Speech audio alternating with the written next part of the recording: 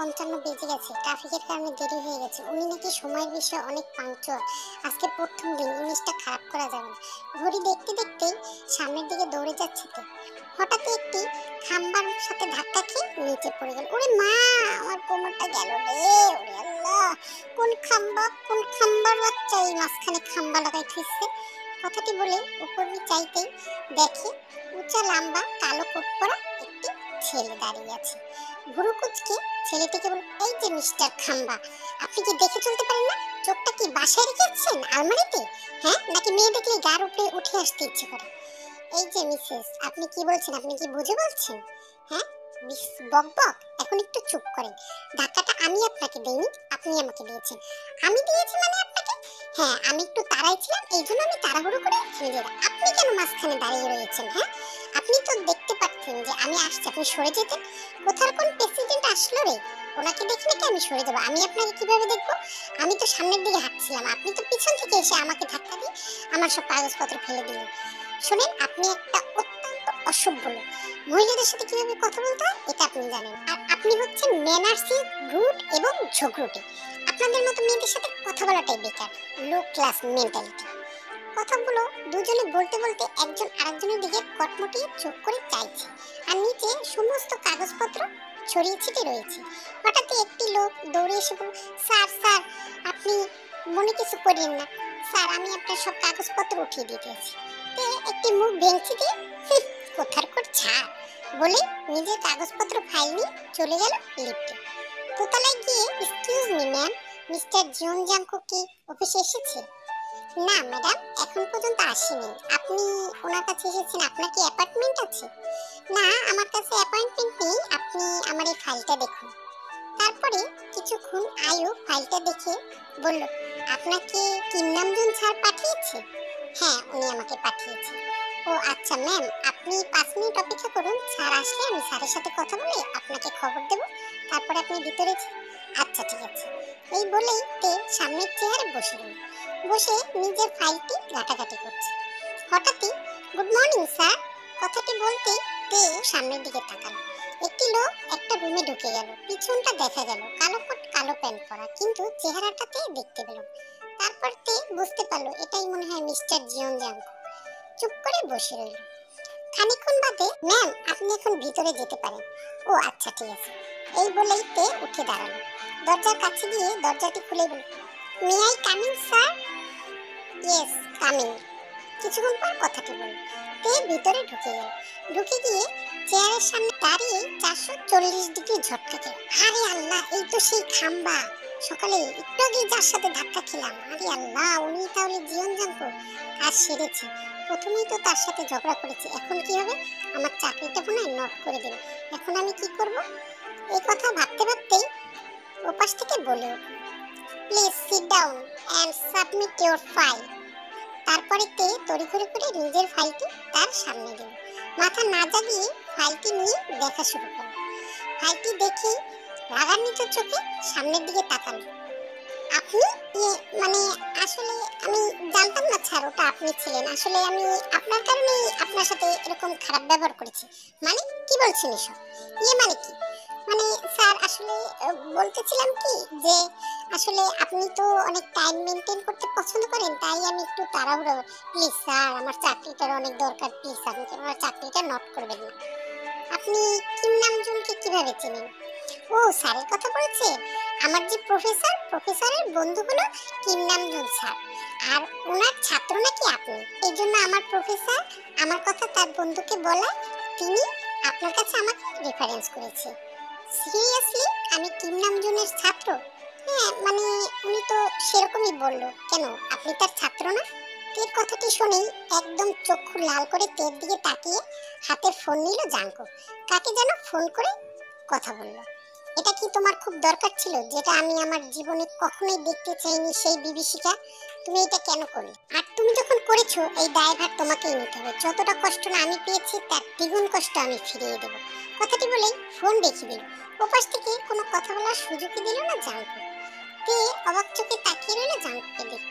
হঠাৎই জাঙ্কু সামনে একটি ফুলদানি রাখা ফ্লোরে ঠাস করে ফেলতেই তে চমকে ওঠে। অজানা ভয় কাজ করে মনের ভিতর। উপর দিকে তাকাতেই জাঙ্কু বাঁকা হাসি দিয়ে তাকে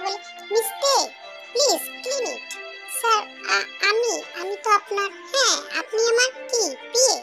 পিয়ে হয়ে আমার সব পার্সোনাল কাজ সব করতে হবে।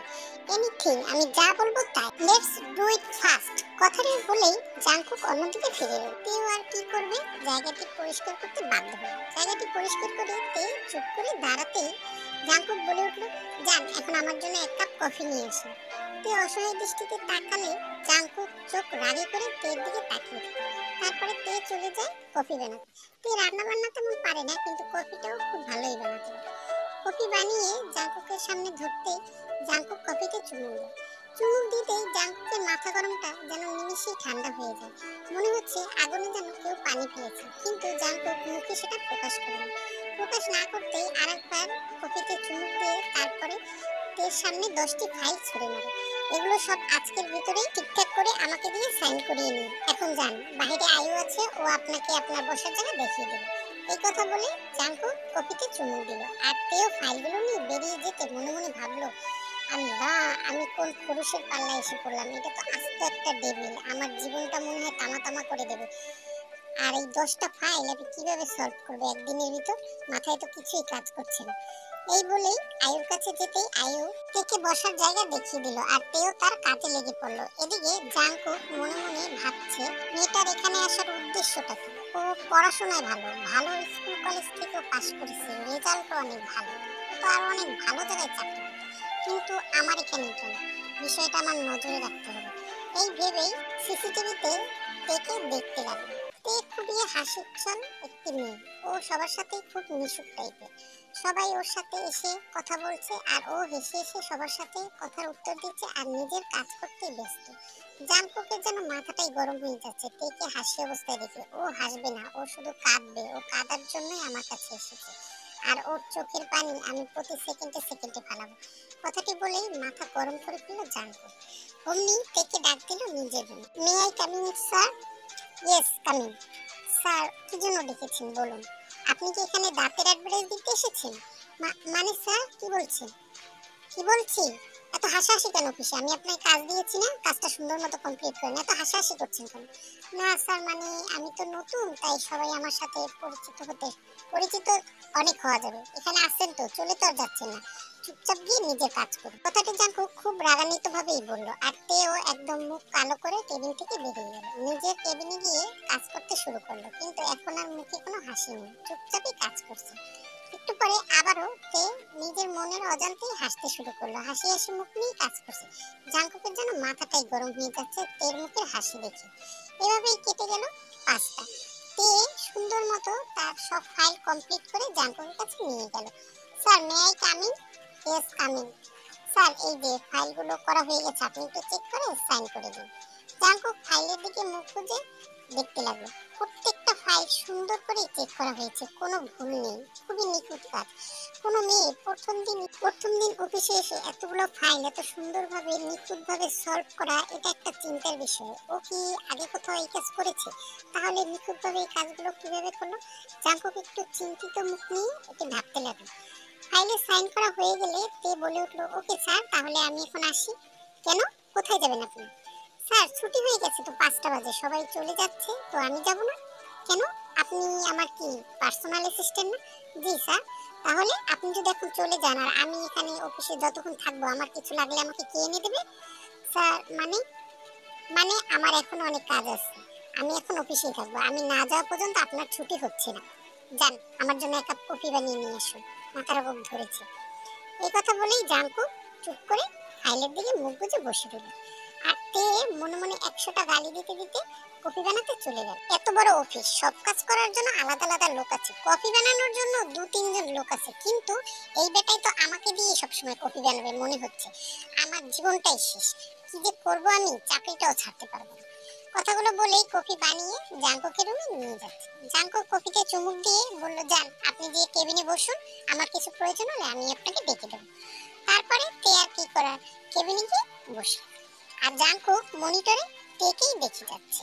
তে হাসি হাসি মুখ নিয়ে ফোন টিপছে। হঠাৎই তের ফোনে কল আসছে। জাংকুক দেখছে, কিন্তু তে কি কথা বলছে জাংকুক সেটা শুনতে পেলেও ওপাশের কথাগুলো জাংকুক শুনতে পাচ্ছে না।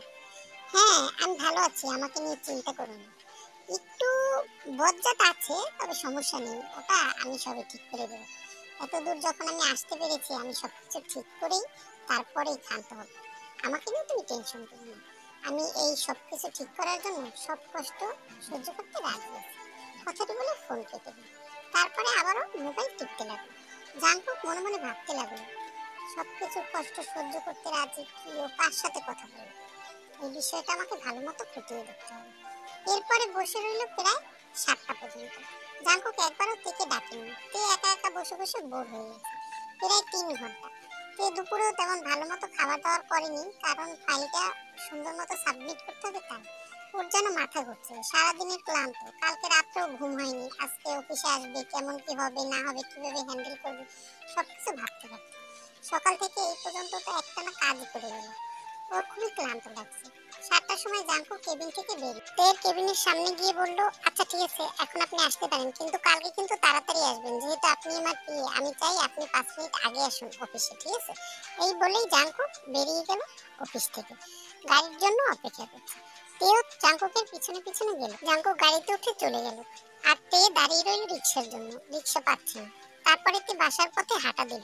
কিছু দূর হাঁটতেই একটি রিক্সা পেলে তে রিক্সা উঠে চলে গেল।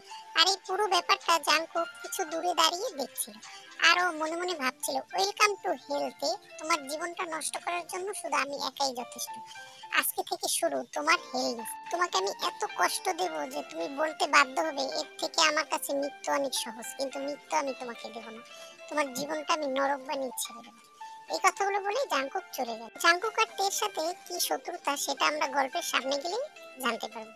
পরের দিন তে যথারীতি অফিসে আসে আগে। জাঙ্কুকও চলে এসেছে। তে তার নিজের কাজ করছে আর জাঙ্কুর চোখ শুধু তের দিকেই রয়েছে। জাঙ্কুক সারাদিন তেকে নানাভাবে কষ্ট দিয়েছে, বিভিন্ন ধরনের কাজ করিয়েছে। অফিসের কাজ তো আছে, সাথে টেবিল মুছানো, তার চেয়ার মোছানো, ফ্লোর ঝাড়ু দেওয়া, এই সমস্ত কাজও করেছে। কিন্তু তে সব কাজই হাসি মুখে সুন্দর মতো করে ফেলেছে। এভাবেই কেটে গেছে বেশ কিছুদিন। তের অফিসের সবার সাথে খুব ভালো সম্পর্ক হয়েছে। বিশেষ করে বোগাম নামের একটি ছেলে সারাদিনই তের আশেপাশে ঘুরঘুর করে। ব্যাপারটা জাঙ্কুকও লক্ষ্য করছে, কিন্তু জাঙ্কুকের বিষয়টা খুব একটা ভালো লাগেনি। তেও ছেলেটার সাথে একদম খুব সুন্দর হেসে হেসে কথা বলে। জাঙ্কুক তেকে নিজের কেবিনে ডাকলো। May I come in sir? Yes come. Sir কিছু বলবেন? কিন্তু জাঙ্কুক কোনো কথা বলেনি। চেয়ার থেকে উঠে দাঁড়িয়ে আস্তে আস্তে তের দিকে আগাচ্ছে। তে একটু প্রথমে ভয় পেয়ে গিয়ে পিছিয়ে যাচ্ছে। জাঙ্কুক আগাচ্ছে আর তে পিছাচ্ছে। পিছাতে পিছাতে তে দেয়ালের সাথে গিয়ে ঠেকলো। জাঙ্কুক একদম তের কাছে গিয়ে বলল, আপনাকে আমি একবার বলেছি না আপনি দাঁতের অ্যাডভাইস দেবেন না? আপনি এত হাসেন কেন? আমার কাছে আসলে তো একদম মুখ কালো করে রাখেন। যতক্ষণ আমার কেবিনে থাকেন মনে হয় যেন পুরো কালো মেঘ আপনার মুখে এসে ভর করে। কিন্তু অন্যান্য জায়গায় তো আপনি ঠিকই হেসে হেসে কথা বলেন। আপনি কোথাও হাসবেন না। হাসলে শুধু আমার সাথে হাসবেন। আর কোথাও যেন আমি আপনাকে দেখি না যে আপনার দাঁত বের হয়েছে।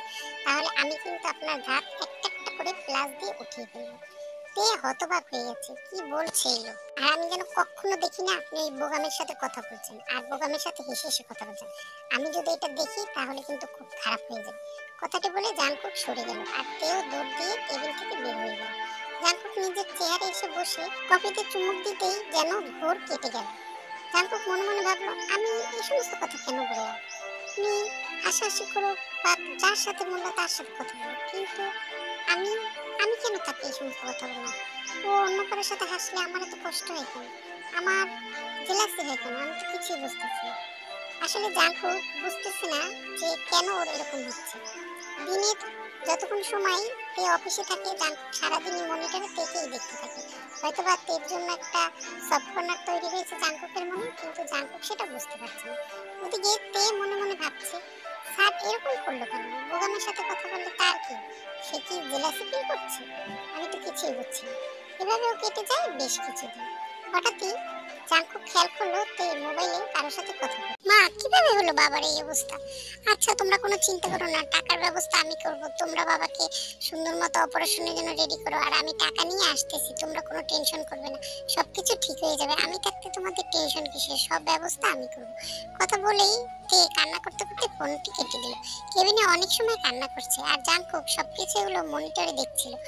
ওর অনেক খারাপ লাগছে তেকে কান্না করতে দেখে, কিন্তু ওর তো ভালো লাগার কথা, কারণ ও তো চাইছে তের চোখের জল ফেলতে। কিন্তু আজকে কেন তাহলে ওর খারাপ লাগছে? ও কিছুই ভাবতে পারছে না। কিছুক্ষণ পর তে কান্না থামিয়ে চোখ মুছে জাঙ্কুকের cabin. May I come in sir? Yes coming. Sir আমার একটু ছুটির দরকার। কেন? আপনি ছুটি নিলে আমার কাজগুলো কে করে দেবে? আপনাকে কি বসে বসে বেতন দেব নাকি?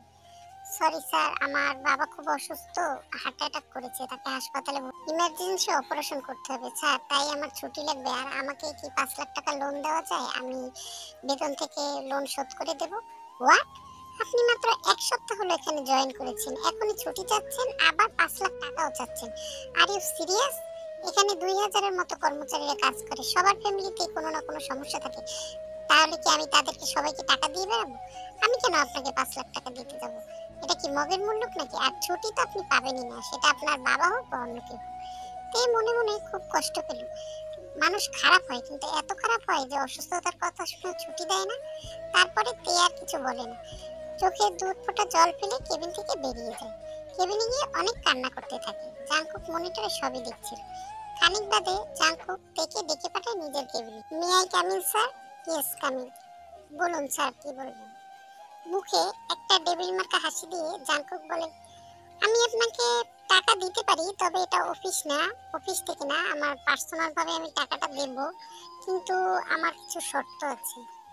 কি স্যার, কি শর্ত আপনি বলুন, আমি আপনার সব শর্ত মানতে রাজি আছি। আপনাকে আমার সাথে 3 মাস থাকতে হবে। মানে? কোথায়? আমার বাসায়। কি বলছেন স্যার এটা? হ্যাঁ, এটাই আমার শর্ত। আর আমি যা বলবো তাই আপনাকে করতে হবে। 24 ঘন্টা আমার সাথে থাকতে হবে। যদি আপনি এতে রাজি হন তাহলে আমি আপনাকে 5 লাখ টাকা দেব। তবে ছুটি আপনি পাবেন। তে কিছুক্ষণ সময় চুপ করে থেকে তারপরে বলল, আচ্ছা ঠিক আছে স্যার, আমি আপনার সব শর্তে রাজি। তারপরে জাংকুক থেকে টাকা দিলে তে টাকাটি নিয়ে চলে যায়। এরপর আবার 5টার সময় তে অফিসে ফিরে আসে। জাংকুকের কেবিনে গেলে জাংকুক থেকে সামনে বসা করে রাখে, কোনো কাজ করায় না, নিজেও কোনো কাজ করে না, শুধু চুপচাপ বসে রয়েছে জাংকুক। জাংকুক তের দিকে তাকিয়ে আছে, কিন্তু তে নিচের দিকে তাকিয়ে মন খারাপ করে বসে আছে। এরপর সন্ধ্যা 7টা বাজলে জাংকুক থেকে বলে, চলো বাসায় যাবো। এই বলে জাংকুক বেরিয়ে যায়। গাড়িতে গিয়ে ওঠে। তে গাড়ির পিছনে বসতে গেলে, আপনাকে কি আমার ড্রাইভার মনে হয়? আপনি পিছনে বসছেন কেন? সামনে এসে বসুন, আমি আপনার ড্রাইভার না। তেও সামনে এসে বসতেই গাড়ি চলতে শুরু করে। জাঙ্কু গাড়ি চালাতে চালাতে মনে মনে ভাবছিল, আমি ওকে এত কষ্ট দেই, এত কিছু করি, কিন্তু ও সবকিছু মেনে নিচ্ছে কেন? আমি তো কিছুই ব্যাপারটা বুঝতে পারছি না। তবে আমার কাছে ভালোই হয়েছে, তোমাকে কষ্ট দেওয়ার জন্য এখন আমি 24 ঘন্টা সময় পেয়ে গেছি। তুমি 24 ঘন্টাই আমার চোখের সামনে থাকবে আর আমার টর্চারের শিকার হবে। এই বলতে বলতেই গাড়ি একটি বড় বাড়ির সামনে এসে থামে। তে একবার বাড়ির দিকে চোখ বুলিয়ে নেয়। তারপরে জাংকুক নেমে যায়, তেও নেমে যায়। বাড়ির ভিতরে ঢুকতেই বিশাল বাড়ি, কেউ নেই, দুই একজন কাজের লোক আছে। জাংকুক তাদেরকে ডেকে বলল, এই যে আপনারা কালকে থেকে আর আসতে হবে না, আর কবে আসবেন আমি সেটা ফোন দিয়ে জানাবো, এখন আপনারা চলে যান। এই কথা বলেই জাংকুক তেকে ইশারা করে তার পিছনে আসতে বলল। তেও জাংকুকের পিছনে পিছনে একটি রুমের ভিতর গেল। রুমটা বেশ বড়, সবকিছুই রয়েছে, মনে হচ্ছে এটা জাংকুকের রুম। তারপর জাংকুক থেকে বলল, কাপড় চোপড় তো মনে হয় কিছুই আনেননি, তো কালকে আমি ব্যবস্থা করে দেব, আজকে আপাতত আমার একটি টি শার্ট আর ট্রাউজার পরে ফ্রেশ হয়ে আসুন, যান। তারপর একটি টি শার্ট আর ট্রাউজার তের হাতে ধরিয়ে দিলে তে বাথরুমে গিয়ে ফ্রেশ হয়ে আসে। তে ফ্রেশ হয়ে আসতে জাংকুক তের দিকে তাকিয়ে থাকে। তারপরে জাংকুকও যায় ফ্রেশ হতে। তে বসে আছে খাটের উপরে। জাংকুক ফ্রেশ হয়ে বের হতেই, আমি কোথায় ঘুমাবো? আমার রুমটা যদি একটু দেখিয়ে দিতেন। হোয়াট? কোথায় ঘুমাবেন মানে? আপনি এখানে ঘুমাবেন। এখানে? আপনার সাথে? হ্যাঁ, আমি 5 লাখ টাকা দিয়ে আপনাকে কিনেছি 3 মাসের। আর এক রুমে শোয়ার জন্য? এবার চলুন রাতের ডিনারটা সেরে নিই। তারপরে দুজনে নিচে গিয়ে রাতের খাবার খেলো। খাওয়া হয়ে গেলে জাংকুক তেকে বলল, আমার জন্য একটা কফি নিয়ে উপরে আসুন। এই বলে জাংকুক চলে গেল। আর তে কিচেন রুমে গিয়ে একটি কফি বানালো সুন্দর করে, তারপরে উপরে নিয়ে গেল। জাংকুক কফিতে চুমুক দিয়ে মাথাটা ঠান্ডা হয়ে গেল। তের কফি যেন জাংকুকের কাছে নেশা হয়ে গেছে। একটা ঘুরের মতো কাজ করে কফিটা খেয়ে। কফিটা খেয়ে একটু ল্যাপটপে কাজ করতেই কেমন যেন ঘুম ঘুম পাচ্ছে। ওদিকে তে খাটের উপরে একদম বসে আছে চুপ করে, কোনো নড়াচড়াও দিচ্ছে না। ওর ভিতর অনেক ভয় কাজ করছে, তাহলে কি আজকে সব শেষ হয়ে যাবে? ও কি করবে? ও তো আসলে এমনটা চাইনি, ও জাংকুকে ফাঁদে ফেলতে চেয়েছে, কিন্তু এখন যে ও নিজেই ফাঁদে পড়ে যাচ্ছে, এখন কি হবে? এই ভাবতে ভাবতেই জাংকুক একদম তের কাছে চলে আসলো। তের নিঃশ্বাস যেন বন্ধ হয়ে গেল। জাংকুক আগাতে আগাতে একদম তের ঠোঁটের কাছে এগিয়ে এসেছে। এসি রুমে প্রচন্ড পরিমাণ ঘামছে তে, ভয়ে চোখ বন্ধ করে রয়েছে। প্রায় 5 মিনিট পর তে নিঃশ্বাস নিতে কষ্ট হচ্ছে। ও বুঝতে পারছে ওর বুকের উপর ভারী কিছু পড়ে আছে। চোখ মেলে তাকাতেই দেখে জাঙ্কুক ওর বুকের উপর ঘুমিয়ে রয়েছে। তারপরে একটি দীর্ঘশ্বাস ছেড়ে বলল, বাবা বাঁচা গেছে। তো ভালোই কাজ করেছে ওষুধটা। এই বজ্জাতের হাত থেকে বাঁচতে আমাকে প্রতি রাতে এই কাজটাই করতে হবে। আসলে তে কফির সাথে ঘুমের ওষুধ মিশিয়ে দিয়েছিল যাতে জাঙ্কুক বিছানায় আসার সাথে সাথেই ঘুমিয়ে পড়ে। এদিকে তেও রাতে ঘুমিয়ে পড়ে। সকালবেলা জাঙ্কুকের আগে ঘুম ভাঙে। ঘুম থেকে উঠেই তের দিকে তাকাতেই জাঙ্কুক একটি মুচকি হাসি দেয়। তের সমস্ত শরীর এলোমেলো হয়ে আছে। তের শরীরের বেশিরভাগ অংশই দেখা যাচ্ছে। জাঙ্কুক তের দিকে তাকিয়ে ভাবছে ঘুমন্ত মানুষকে এত সুন্দর লাগে, তেকে যেন অপূর্ব লাগছে। আর আজকে জাঙ্কুকের মনটা অনেক ফ্রেশ লাগছে। এই 28 বছর বয়সে জাঙ্কুক 20 বছর যাবত ঠিকমতো ঘুমাতে পারছে না। আসলে জাঙ্কুকের মা মারা যাওয়ার পর থেকে জাঙ্কুক রাতে ভালো মতো ঘুমাতে পারেন, কিন্তু আজকে ও যে এত সুন্দর ঘুম দিয়েছে এই জন্য ওর মন মানসিকতা খুবই ভালো লাগছে। জাঙ্কুক মনে মনে ভাবছে, তাহলে কি এর কারণেই আমার ঘুমটা ভালো হলো? ওর শরীরের স্মেল কি আমাকে নেশাগ্রস্ত করে দিচ্ছে? ধীরে ধীরে আমি তোকে কষ্ট দিতে চাই, কিন্তু আমি কেন ওকে দুর্বল হয়ে পড়ছি আমি তো বুঝতে পারছি না। ও আমার কাছে থাকলে আমার খুব ভালো লাগে, দূরে গেলে আমার ভালো লাগে না। আর আজকে রাত্রে ও আমার সাথে ঘুমানোর কারণে আমার ঘুমটাও ভালো হলো, কিন্তু এভাবে তো আমি ওর প্রতি প্রতিশোধ নিতে পারবো না। তাহলে আমি কি করব? এই সমস্ত ভাবতে ভাবতেই জাঙ্কুক ওয়াশরুমে চলে যায়। ফ্রেশ হয়ে বেরিয়ে দেখছে এখনো তে ঘুমিয়ে আছে। তারপরে তের দিকে একটু মুচকি হাসি দিয়ে রাগান্বিত কণ্ঠে বলে, এই যে মিস তে, আপনি এখনো উঠছেন না? তাহলে নাস্তা বানাবে কে, খাবার বানাবে কে? তারপরে অফিসে যেতে হবে। জাঙ্কুকের কঠিন কণ্ঠ শুনে তে চোখ মেলে তাকায়। তে চোখ মেলে তাকাতেই জাঙ্কুক বলে ওঠে, আপনাকে কি এখানে ঘুমানোর জন্য এনেছি? যান এখনই ফ্রেশ হয়ে নাস্তা বানান, সাথে দুপুরের লাঞ্চও বানিয়ে একসাথে টিফিন বক্সে ভরে নিন। আর তাড়াতাড়ি করবেন, হাতে বেশি সময় নেই, 8টা বেজে গেছে, 1 ঘন্টা বাকি আছে। কথাটি শুনেই তে অবাক হয়ে যায়। 1 ঘন্টার ভিতরে ও কি করবে? ও তো তেমন রান্না করতেও পারেনি। তাড়াতাড়ি ফ্রেশ হয়ে নিচে চলে যায়। নিচে চলে গিয়ে এক পাশে নুডলস আর আরেক পাশে খিচুড়ি বসিয়ে দেয়। ইউটিউব দেখে দেখে সবকিছু বানিয়ে নিয়েছে। তারপরে দুজনে নুডলস খেয়ে আর খিচুড়িটা টিফিন বক্সে নিয়ে অফিসে চলে গেল। জাঙ্কুক অফিসে গিয়ে তেকে অনেক কাজ দিয়েছে। সেই কাজগুলো টেবিল পোছা, ঘর ঝাড়ু দেওয়া আর ফাইলের অনেক কাজ। তে কাজগুলো করতে করতে ক্লান্ত হয়ে পড়েছে। 5টার সময় ছুটি হয়ে গেলেও তেকে বের হতে দেয় না। জাঙ্কুক বসে আছে অফিসে, কোনো কাজ নেই। তারপরও তেকে সামনে বসা করিয়ে রেখে জাঙ্কুক বসে আছে। 7টা বাজলে দুইজনে অফিস থেকে বের হয়। বের হয়ে বাসায় যায়। বাসায় ঢুকতেই জাঙ্কুক তেকে বলে, তাড়াতাড়ি রাতের ডিনারটি শেষ করে তারপর ফ্রেশ হন। আগে ফ্রেশ হতে গেলে ডিনার বানাতে দেরি হয়ে যাবে। তের আর কি করা, ও ডিনার বানাতে চলে গেল। ইউটিউব দেখে কিছু একটা বানিয়ে নিল। তারপরে নিজে ফ্রেশ হয়ে নিচে আসলো। এরই মাঝে জাঙ্কুক তের জন্য কিছু ড্রেস কিনে এনেছে, সেগুলোই পরলো। তারপরে দুজনে খাবার খেয়ে তে একটি কফি বানিয়ে আবারও উপরে নিয়ে চলে গেল। তারপরে জাঙ্কুক বলল, তে আপনি কি এই কফিতে কিছু মিশান নাকি আমার সাথে? তে থতমত, না কি মিশাবো স্যার, কেন কি হয়েছে? না আপনার কফিটা খেলেই আমার কেমন যেন ঘুম ঘুম পায়। ঘুমের ওষুধ টষুধ দেন নাকি? না স্যার কি বলেন, আস্তাগফিরুল্লাহ, আমি ঘুমের ওষুধ কোথায় পাবো? আমি তো সারাদিন আপনার সাথেই থাকি, আমি কি ঘুমের ওষুধ কেনার সময় পাই? আপনিই বলুন। না ঠিক আছে, এটাও আমিও ভাবছি, কিন্তু কালকে কফিটা খাওয়ার পর কেমন একটা নেশার মতো ঘুমের মতো যে হলো, আমার এরকম তো কখনো হয় না।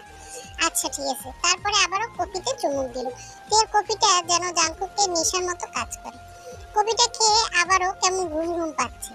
তারপরে তের কাছে গিয়ে জাঙ্কুক তের বুকের উপরে ঘুমিয়ে পড়ে। তারপরে তে জাঙ্কুককে সরিয়ে নিজেও ঘুমিয়ে পড়ে। এরকম চলে যায় প্রায় কয়েকটা দিন। জাঙ্কুক আর তের জীবনটা এইভাবেই চলছে। তে সারাদিন ক্লান্ত হয়ে অসহ্য হয়ে যাওয়ার মতো, কিন্তু তের মুখে হাসি সবসময় লেগে থাকে। জাঙ্কুক এটা মনে মনে ভাবছে, এই জায়গায় যদি অন্য কোনো মেয়ে হতো, এত কাজের পর অফিসের কাজ, বাসার কাজ, আমার টর্চার সহ্য করে সে কেন আমার কাছে পড়ে আছে? এটার কারণ কি? জাঙ্কুক কিছুই ভেবে পায় না। হঠাৎই মনিটরে খেয়াল করে বোগাম তের কাছে 2টা কফি নিয়ে এসেছে এবং দুজনে কফি খাচ্ছে আর খুব হাসাহাসি করছে। হঠাৎই বোগাম তের ঠোঁটের পাশ থেকে একটু কফি লেগেছিল, ওটা সরিয়ে দিয়েছে। এটা দেখে তো জাঙ্কুকের মাথা গরম হয়ে গেছে। সাথে সাথে তেকে কল করলে তে কফি রেখে জাঙ্কুকের রুমে চলে আসে। May I coming sir? Yes coming বলেই জাঙ্কুক উঠে দাঁড়ায়। তেও ভিতরে ঢোকে। জাঙ্কুক আস্তে আস্তে তের দিকে আগাতেই তে পিছনে চলে যায়। পিছনে যেতে যেতে দেয়ালের সাথে গিয়ে ঠেকে। জাঙ্কুক তেকে একদম দুহাত পিন করে তের ঠোঁটে টিস্যু দিয়ে মুছে দেয় এবং তের ঠোঁটে কিস করতে শুরু করে। কিসটা প্রথম সফটলি থাকলেও পরে রাফলি হয়ে যায়। তে ঠোঁট থেকে প্রচুর ব্যথা পায়। এরপর তে জোরে ধাক্কা দিয়ে জাঙ্কুককে সরিয়ে দিয়ে বলে, কি করছেন স্যার? আপনি জানতাম যে আপনি অসভ্য, কিন্তু আপনি যে এত নীচ এটা তো আমি জানতাম না। কেন আমার ছোঁয়া ভালো লাগে না? ওর ছোঁয়া ভালো লাগে? কেন, ও কিভাবে ছুঁয়েছে তোমাকে? যে আমার ছোঁয়া ভালো লাগে না? আমি তোমাকে 5 লাখ টাকা দিয়েছি, আমি তোমার সাথে যা ইচ্ছা তাই করতে পারবো। এখন পর্যন্ত আমি কিছুই করিনি, কিন্তু তুমি যদি বেলাইনে চলো তাহলে তোমার সাথে এর থেকেও খারাপ কিছু হবে, মাইন্ড ইট। কথাটি বলেই জাংকুক নিজের সিটে এসে বসলো। আর তেও কেবিন থেকে বেরিয়ে নিজের কেবিনে গিয়ে প্রচুর কান্না করতে লাগলো। তে কান্না করছে, এটা জাংকুক মনিটরে দেখছে আর একটা ডেভিল মার্কা হাসি দিচ্ছে। এরপরে কিছুক্ষণ পর আয়ু তেকে ডেকে বলল, মিস তে, এদিকে আসো। জি ম্যাম, বলুন। আপনার কেবিন স্যারের রুমে ঠিক করা হয়েছে, আপনি এখন থেকে স্যারের রুমেই বসবেন। কি, ওইখানে? কখন ঠিক করা হলো? হ্যাঁ, স্যার বলেছে সব ব্যবস্থা করা হয়ে গেছে, আপনি আপনার জিনিসপত্র নিয়ে স্যারের কেবিনে যান। তে বুঝতে পারলো বিষয়টা। আসলে জাংকুক 24 ঘন্টায় তেকে চোখের সামনে রাখতে চাইছে, এই জন্য তের কেবিনটা জাংকুকের রুমের পাশেই করেছে। তে ভিতরে ঢুকে দেখে একপাশে একটা টেবিল দেওয়া হয়েছে, চেয়ারও দেওয়া হয়েছে, সাথে তের প্রয়োজনীয় সকল জিনিস। তে চুপচাপ টেবিলে গিয়ে বসে ফাইল দেখছে, নিজের কাজ করছে, কিন্তু জাংকুক তের দিকেই তাকিয়ে রয়েছে। তে বিষয়টা বুঝতে পারে কিন্তু কিছু বলে না। সারাক্ষণ জাংকুক তের দিকেই তাকিয়েছিল। তারপরে ছুটি হলে দুজনে অফিস থেকে বেরিয়ে বাসায় চলে যায়। বাসায় গিয়ে তে রাতের খাবার রান্না করে দুজন ডিনার সেরে তারপরে তে এক কাপ কফি নিয়ে উপরে যায়। উপরে গিয়ে জাংকুককে দিতেই জাংকুক বলে, মিস তে, আজকে কফি খেতে ইচ্ছে করছে না, আজকে অন্য কিছু খেতে ইচ্ছে করছে। কথাটি শুনেই তে খুব ভয় পেয়ে যায়, সকালের কথা মনে পড়ে যায়। তারপরে তে বলে, কেন স্যার, কফি খান, কফি খাওয়া তো ভালো, কফিটা খেলে আপনার শরীরটা ভালো লাগবে, ক্লান্তি দূর হবে, ঘুম ভালো হবে। আপনি না বললেন আমার কফি খেলে আপনার ঘুম ভালো হয়? হ্যাঁ, কফি খেলে ঘুম ভালো হয়, কিন্তু সকালে যেটা খেয়েছি ওটা খেয়েও অনেক ভালো লেগেছে, তাই ভাবছি ওটাই খাবো। মানে স্যার, আপনি কি বলছেন? স্যার প্লিজ, আপনি আমার সাথে এরকম করবেন না। আমি তো এরকম করতেই পারি, ঠিক না? কারণ ওই যে 5 লাখ টাকা। তে আর কোনো কথা বললো না, ও চুপ করে খাটের উপরে গিয়ে বসলো। আর জাংকুক কফিটা রেখে তের কাছে চলে গেল। তের একদম কাছে চলে গিয়েছে, তে চোখ মুখ বন্ধ করে রয়েছে, আর জাংকুক একদম তের কাছে গিয়ে ঠোঁটের উপর ছোট্ট করে একটা সফটলি কিস করে পাশে শুয়ে পড়ল। তারপরে জাংকুক ঘুমিয়ে পড়ল। তে হতবাক, কি ব্যাপার, উনি শুধু কিস করেই চলে গেল, তাও কিসের ভিতর মনে হচ্ছে যেন হাজারো ভালোবাসা লুকিয়ে আছে। তে অনেকটা লজ্জা পেয়ে গেছে, পাশ ফিরে তেও ঘুমিয়ে পড়েছে। সকালবেলা আজকে তের আগে ঘুম ভাঙে। ঘুম ভাঙতেই তে জাংকুকের দিকে তাকিয়ে একটা মুচকি হাসি দেয়। জাংকুককে দেখতে অনেক সুন্দর, সে সব দিক থেকেই ভালো। আর কালকে রাতের কথা, ইচ্ছে করলে তো সে অনেক কিছুই করতে পারতো। কালকে তো আর সে কফিটাও খায়নি, তাহলে ঘুমের ওষুধও খায়নি, কিন্তু সে তো কিছুই করেনি। তাহলে কি মানুষটা অনেক ভালো? এই কথা ভাবতে ভাবতেই তের ঘোর কেটে যায়। তারপরে ওয়াশরুমে যায়। এভাবেই কেটে যায় প্রায় 2 মাস। তে আর জাংকুকের সম্পর্ক এখন অনেক ভালো। জাংকুক বুঝতে পেরেছে যে ও তেকে ভালোবাসে। এখন আর ও তেকে কষ্ট দেয় না, কাজের ক্ষেত্রেও কষ্ট দেয় না, বাসায়ও কাজের লোক রেখে দিয়েছে, আর অফিসেও তে তেমন কোনো কাজ করতে হয় না। বেশিরভাগ সময়ই জাংকুক তের দিকেই তাকিয়ে থাকে। তেও বিষয়টা বুঝতে পারে। তেও মনে মনে জাংকুককে ভালোবাসতে শুরু করেছে, কিন্তু প্রকাশ করে না। এরপরে একদিন শুক্রবার, জাংকুক আর তে বাসায়। তে রান্না করছে দুপুরের খাবারের জন্য। হঠাৎই কলিং বেল বাজতে তে গিয়ে দরজা খুলে। দরজা খুলতেই সামনে একটি ছেলে আর মেয়ে দাঁড়ানো। কাকে চাই? আমার নাম জিমিনা। জাংকুক ভাই আছে? তুমি সরো, আমি ভিতরে যাচ্ছি। হ্যাঁ আছে, কিন্তু তুমি কে? আমি জাংকুক ভাইয়ের বোন। ও আচ্ছা, আসো ভিতরে আসো। উনি উনি আমার হাজবেন্ড। আচ্ছা ঠিক আছে, আসুন ভিতরে আসুন। এরপরে জিমিনকে আর সুগাকে তে ভিতরে নিয়ে আসলো। তে উপরে গিয়ে জাংকুককে ডাক দিল, এই যে স্যার, আপনার বোন এসেছে, জিমিনা। ও আচ্ছা ঠিক আছে, ভালো হয়েছে। ও একা এসেছে? না, ওনার হাজবেন্ড এসেছে। হাজবেন্ড? কে? তা তো আমি তো বলতে পারবো না, কিন্তু উনি তো বললো যে এটা ওনার হাজবেন্ড। কথাটি শুনে জাংকুকের মাথা যেন গরম হয়ে গেল। সঙ্গে সঙ্গে আলমারি থেকে পিস্তলটি বের করেই নিচে চলে গেল। জিমিনা, তোর সাহস হয় কিভাবে? তুই আমাদের শত্রুর ছেলেকে বিয়ে করিস? তোর এত বড় সাহস, তুই এত বড় হয়ে গেছিস, আজকে আমি তোকে শেষ করে ফেলবো। এই শালা, তুই আমার বোনকে ফাঁসিয়েছিস না আমার কোম্পানি ধ্বংস করার জন্য? তুই তো আজকে বাঁচবি না। এই বলেই সুগার কলারটি চেপে ধরলো। না ভাইয়া, তুমি সুগাকে ছেড়ে দাও, ওর কোনো দোষ নেই, আমি ওকে ভালোবাসি, সুগা আমাকে ভালোবাসে, ও সত্যি আমাকে ভালোবাসে, আমরা আজই বিয়ে করেছি। জিমিন, তুই আমার সামনে থেকে সর, না হলে কিন্তু আমি তোকে খুন করে ফেলবো। না ভাইয়া, তুমি ওকে মারতে পারবে না, ওকে মারার আগে আমাকে মারতে হবে। দুজনের ভিতরে প্রচুর ধস্তাধস্তি হচ্ছে। তে যেন ভীষণ ভয় পেয়ে গেছে। তেও জাংকুককে ছাড়ানোর চেষ্টা করছে, কিন্তু কোনোভাবেই পারছে না। জাংকুকের মাথা প্রচন্ড গরম হয়ে গেছে। জাংকুক বন্দুক তাক করে রয়েছে আর জিমিন সুগার সামনে এসে দাঁড়িয়েছে। ভাইয়া তোমার যদি মারতে হয় তাহলে আগে আমাকে মারতে হবে, আমি সুগাকে সত্যিই ভালোবাসি আর ও আমাকে ভালোবাসে, ওকে ছাড়া আমি বাঁচবো না। জাংকুক রাগের মাথায় পিস্তলের গিয়ারটি টিপ দেয়, হঠাৎই তে জোরে ধাক্কা দেওয়ায় গুলিটি গিয়ে অন্য জায়গায় লাগে। কি করছেন কি আপনি, আপনি কি পাগল হয়ে গেছেন? এই মাঝে জাংকুকের ফোন বেজেছে, ফোন রিসিভ করতেই, হ্যাঁ কি হয়েছে? কি বাবা স্ট্রোক করেছে? কিভাবে? জিমিনের বিয়ের খবর পেয়ে? আমি তো আজকে ওকে মেরেই ফেলবো, সবকিছু এই সুগার জন্য হয়েছে। কথাটি বলে আবারও বন্দুক তাক করে। তখন আপনি কি করছেন? আপনি কি পাগল হয়ে গেছেন? একটু আগে একটা অঘটন ঘটতো, আপনি আবারও এটা শুরু করলেন? হ্যাঁ হ্যাঁ আমি পাগল হয়ে গেছি, আজকে ওর জন্য আমার বাবা মরতে বসেছে, ওর জন্য আমার ফ্যামিলির রেপুটেশন নষ্ট হয়ে যাচ্ছে। ওইটা ইচ্ছা করে করছে যাতে আমার পরিবারে অশান্তি নেমে আসে, ওকে তো আমি আজকে শেষ করে ফেলবো। থামো জাংকুক। এরই মাঝে জাংকুক পাশ ফিরে তাকায়, দেখে জাংকুকের বাবা। বাবা তুমি এখানে? তুমি নাকি স্টক করেছো? না আমি স্টক করিনি, আসলে এগুলো সবই আমাদের সাজানো নাটক। নাটক মানে? হ্যাঁ ভিতরে আসো বলছি। এরপরে সবাই বসার রুমে গোল করে বসে আছে। তারপরে কিম নামজুন বলতে লাগলো, শোনো জাংকুক, আসলে এখানে তোমার ভুল ভাঙানোর জন্যই আমি এই কাজটা করেছি বা করতে বাধ্য হয়েছি। তুমি তোমার মামাকে আজীবন বলবো যে এসেছো, আসলে তোমার মামার তখন কোনো দোষ ছিল না। আজকে জিমিনের বেলায় তুমি কি করছিলে? আজকে তো তুমি গুলি চালিয়েই দিয়েছো। আজকে যদি জিমিন মারা যেত তাহলে কি তুমি নিজেকে কখনো ক্ষমা করতে পারতে? শুধু এই সামান্য ভুলের জন্য। আর তোমার মামা তো আর তোমার মাকে মারেনি, তাহলে তুমি কেন সেই রাগটা তোমার মামার জন্য পুষে রেখেছো আজও মনের ভিতর? এরপরে জাংকুক কতক্ষণ মাথা নিচড়ি দিয়ে চুপচাপ বসে থাকে, তারপরেই বলতে শুরু করে, মা যখন প্রথম আমাকে মামার বাসায় নিয়ে যায় তখন আমার 8 বছর বয়স। মা আমাকে গাড়িতে বলেছিল যে শোন জাংকুক, আমরা তোর নানার বাসায় যাব, তোর নানা তোকে অনেক ভালোবাসবে আর তোর মামা সেও অনেক ভালোবাসবে।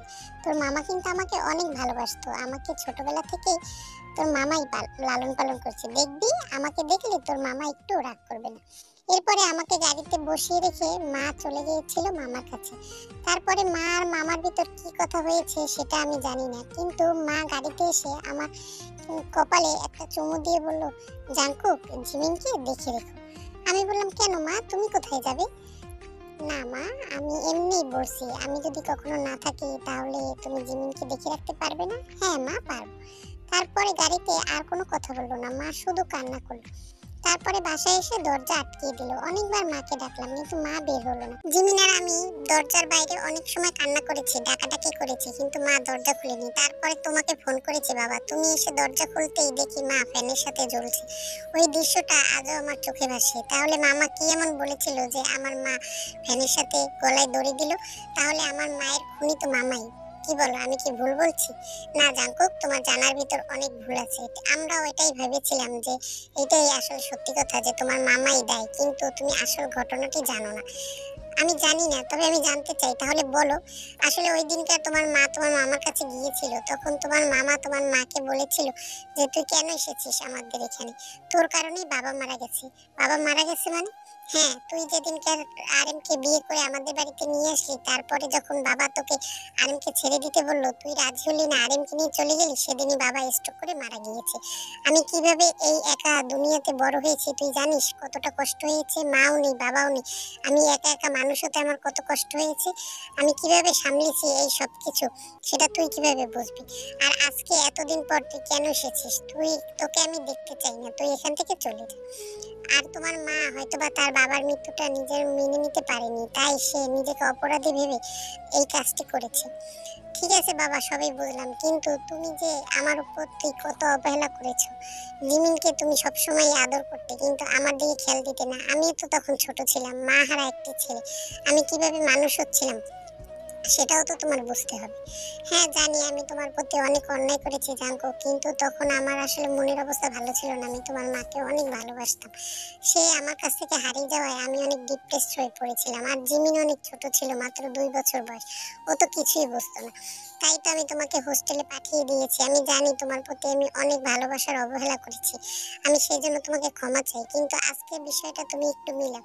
দেখো আজকে জিমিন একটা তোমার শত্রুকে ভালোবেসে বিয়ে করে নিয়ে এসেছে, এই জন্য তুমি জিমিনকে মারতেও একবারও ভাবোনি। আর আমার স্ট্রোকের কথা শুনে তোমার মাথা কতটা গরম হয়ে গেছে। তাহলে তোমার মামাকে একটু নিজের পজিশনে বসিয়ে দেখাও, তোমার মামার তো বাবাও মারা গিয়েছিল, আর তার সবকিছু শেষ হয়ে গিয়েছিল। আর তোমার মামা তোমার মাকে অনেক ভালোবাসতো, ছোটবেলা থেকেই তোমার মাকে তোমার মামাই লালন পালন করেছে। এই কারণেও তোমার মামা এই বিষয়টি মেনে নিতে পারেনি। আর আমিও আসলে তখন ততটা ভালো ছিলাম না, রাজনীতিতে যুক্ত ছিলাম, মারামারি ধরাধরি নেশা করাই আমার কাজ ছিল। কিন্তু তোমার মায়ের সাথে পরিচয় হওয়ার পর থেকে আর তার সাথে আমার বিয়ে হওয়ার পর থেকে আমি সম্পূর্ণ বদলে গিয়েছি। কিন্তু এই বিষয়টা তো আর তোমার নানা আর মামা জানতো না। আর সব থেকে বড় কথা, আমি তো তাদের সম্মান নষ্ট করেছি, তাদের বাড়ির মেয়েকে পালিয়ে নিয়ে বিয়ে করেছি। এতে তাদের মান সম্মানের অনেক মর্যাদার ক্ষুণ্ণ হয়।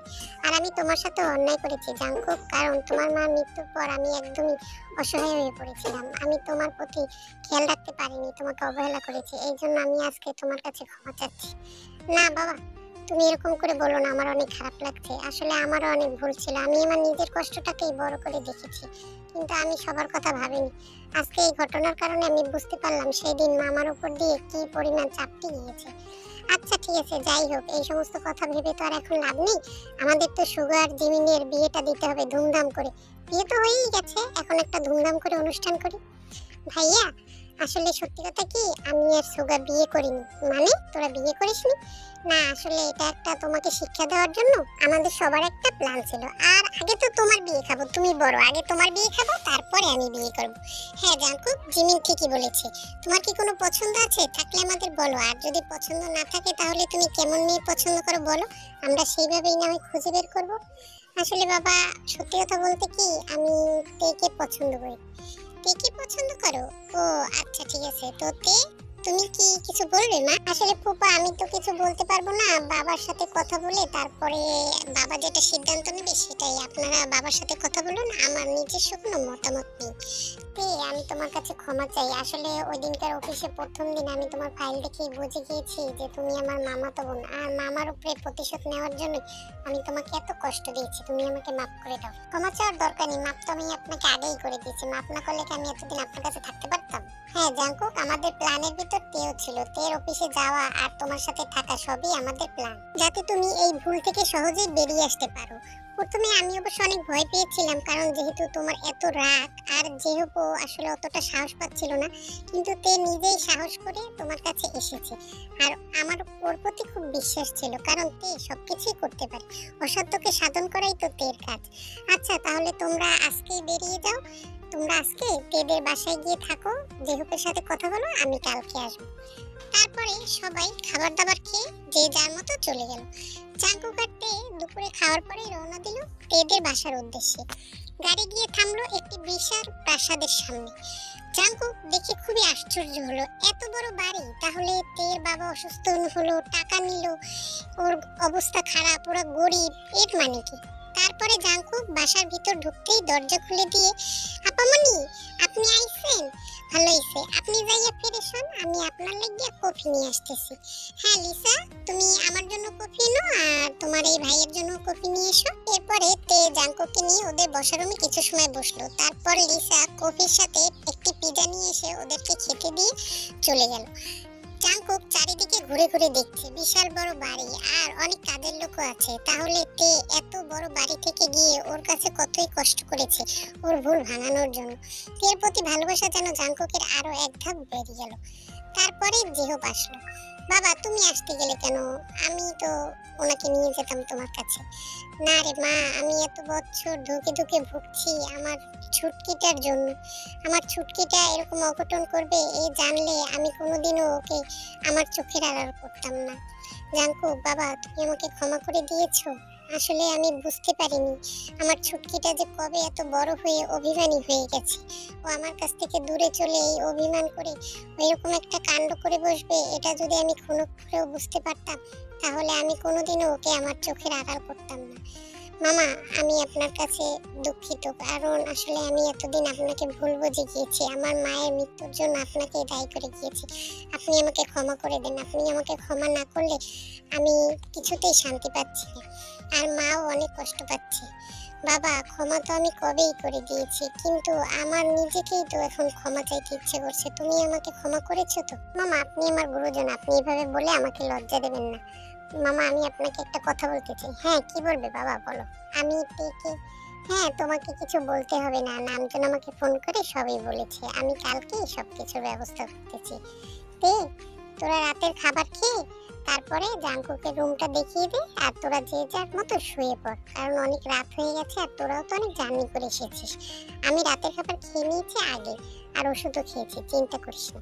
এই বলেই যে হোক তার রুমে চলে গেল। আর জাঙ্কুক আর তে রাতের ডিনার করে তে জাঙ্কুককে একটি রুমে নিয়ে গেল। সেখানে জাঙ্কুককে দেখিয়ে তে চলে আসলো। জাঙ্কুক রুমের ভিতর বসে ঘুমানোর চেষ্টা করছে, কিন্তু কিছুতেই ঘুমাতে পারছে না। আসলে জাঙ্কুকের মা মারা যাওয়ার পর থেকে জাঙ্কুকের ঘুমে অনেক ডিস্টার্ব হতো, ও রাতে ঘুমাতে পারতো না। কিন্তু তের সাথে পরিচিত হওয়ার পর আর তের সাথে থাকার পর থেকে ও প্রতি রাতে নিশ্চিন্তে ঘুম দিয়েছে। ওটা ওর এখন অভ্যাসে পরিণত হয়েছে তের সাথে ঘুমানো। তাই ও আর কিছু না ভেবেই তের রুমের দিকে রওনা দিল। তে রুমটা খোলাই ছিল, ও আস্তে রুমে ঢুকতেই তে ওকে দেখতে পায়নি, না দেখেই তে অন্যদিকে ফিরেছিল একটি নাইটি পরে। তারপরে বলল, লিসা তুই এসেছিস, ভালোই করেছিস। তুই একটা কাজ কর, ঠিক আছে, তোর জাঙ্কুক স্যারের একটা কফি দিয়ে আয়। উনি তো রাতে কফি খায়, কফি না খেলে আবার ওনার ঘুম আসবে না। আমি তো ড্রেসটা চেঞ্জ করে ফেলেছি, না হলে আমি দিয়ে আসতাম, তুই একটু দিয়ে আস, ঠিক আছে। আর জিজ্ঞাসা করিস কিছু লাগবে কিনা। নাইটির ফিতা বাঁধতে বাঁধতে কথাগুলো বলেই পিছনে মোড় ঘুরে দেখতেই দেখে জাঙ্কুক দাঁড়িয়েছে। তে কি করবে নিজেও বুঝতে পারছে না। ও যে নাইটিটা পরা, শরীরের কিছু অংশ বাদে সবই দেখা যাচ্ছে, কালো নাইটির ভিতরে ধবধবে সাদা শরীর। তে চিৎকার দিয়ে উঠে বলল, আপনি আপনি এখানে কি করছেন? জানেন না কারো রুমে আসতে হলে আগে নক করতে হয়? কথাটি বলে দৌড়ে একটি ওড়না গায়ে পেঁচিয়ে নিল। আর জাঙ্কুক একটি বাঁকা হাসি দিয়ে বলল, এত ঢেকে লাভ কি, এতদিনে যা দেখার তো সবই দেখে নিয়েছি, আর যে দুই একটা বাকি আছে তাও তো কালকেই দেখতে পাবো, তাহলে আর এত ঢেকে কি হবে? আপনি নিতান্তই অনেক অসভ্য একটা লোক, আপনি এখনই আমার রুম থেকে বের হয়ে যান। নো নো নো, আমি তো বের হচ্ছি না। 5 লাখ টাকা দিয়ে তোমাকে কিনেছি, আমার টাকা তো উসুল করতে হবে। মানে আপনি এখন এই টাকা নিয়ে পড়ে রয়েছেন? আর আমি আপনার জন্য যে এত কষ্ট সহ্য করেছি, দেখেছেন আমি কত বড় বাড়ির মেয়ে, কিন্তু আমি আপনার কাছে চাকরানির মতো খেটেছি, আর আপনি বসে আছেন আপনার 5 লাখ টাকা নিয়ে। দাঁড়ান, আপনার 5 লাখ টাকা আমি এখনই দেবো। 5 লাখ টাকা দিলে তো হবে না বেবি, 5 লাখ টাকা আমি অন্য উপায়ে আদায় করব। তুমি কি এখন আমাকে এখানে ঘুমাতে দেবে না দেবে না, আগে সেটা বলো। মানে আপনি এখানে ঘুমাবেন? বাড়ি ভর্তি লোকজন, বাবা মা, সবাই কি ভাববে? কে কি ভাববে সেটা আমার দেখার দরকার নেই, কিন্তু আমি তো আমার টাকা উসুল করেই ছাড়ব। আমি বলেছি না আমি আপনাকে টাকা দিয়ে দেবো, তাহলে আমি ওই টাকা চাই না, আমি অন্য টাকা চাই। কথাটি বলেই আস্তে আস্তে তের দিকে আগাতে থাকে, আর তে পিছাতে থাকে। জাঙ্কুক আস্তে আস্তে তার মুখটি তের কানের কাছে নিয়ে বলল, প্লিজ তে, আমাকে একটু ঘুমাতে দাও না তোমার কাছে। আমি তো তোমাকে ছাড়া ঘুমাতে পারি না, আমার যে তোমার নেশায় ধরেছে। তোমার এই নেশার ওষুধ আমি না খেলে আমি ঘুমাতে পারি না। বিশ্বাস করো, আমি তোমাকে টাচও করবো না, তোমাকে কিচ্ছু করবো না, তুমি শুধু আমাকে একটু ঘুমাতে দাও। তোমার এই শরীরের ঘ্রাণ যে আমার ঘুমের ওষুধ, আমার যে এই ঘ্রাণ না নিলে ঘুম আসবে না। জাঙ্কুকের মাতাল করা কণ্ঠে তে যেন কেমন সম্মিলিত হয়ে যায়। ও নিজেও একটি ঘোরের মধ্যে চলে যায়। তারপরে ও আর কিছু না বলে বলে, আচ্ছা ঠিক আছে, আপনি একপাশে ঘুমান, আমি আসছি।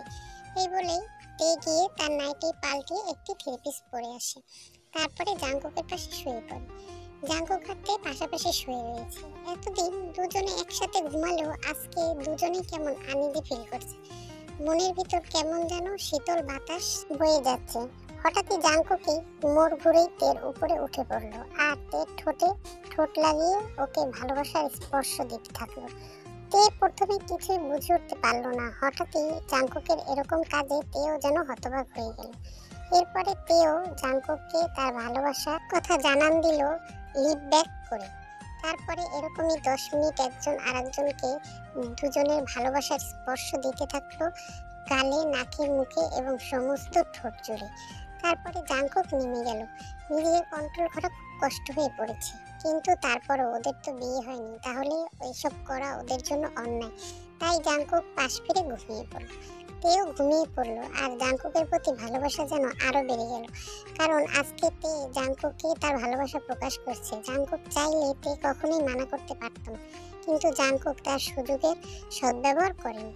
পরের দিন সবাই আসলে তে আর জাঙ্কুকের বিয়ে হয়ে যায়। ধুমধাম করেই তাদের বিয়েটি হয়। আর এভাবেই একটি ভুল বোঝাবুঝির অবসান ঘটিয়ে একটি ভালোবাসার সৃষ্টি হয়। ভালোবাসা একে অপরের সাথে সম্মান, শ্রদ্ধা আর বিশ্বাসের উপর নির্ভরশীল। সব সময় আমরা যেটা সামনে দেখি সেটা পিছনে নাও হতে পারে।